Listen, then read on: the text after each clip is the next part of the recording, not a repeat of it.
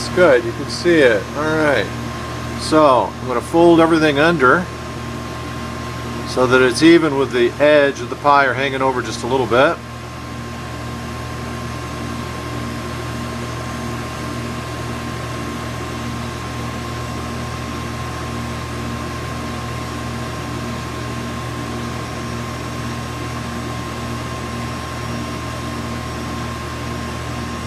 Try to keep that all nice and even. Mix it up a little bit. Alright, so it's all folded under. Now I do the crimp. It's going to be like this. Alright, push your thumb out.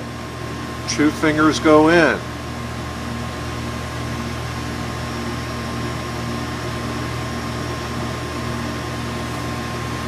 Turn the pie as you go.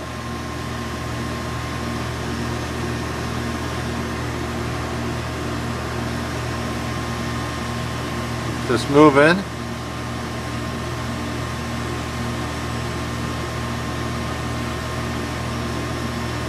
Now because our pastry is so short, and that means it's got a high degree of fat in it, I'm going to do this again because as soon as it goes in the oven it's going to kind of melt, and so I want these crimps to be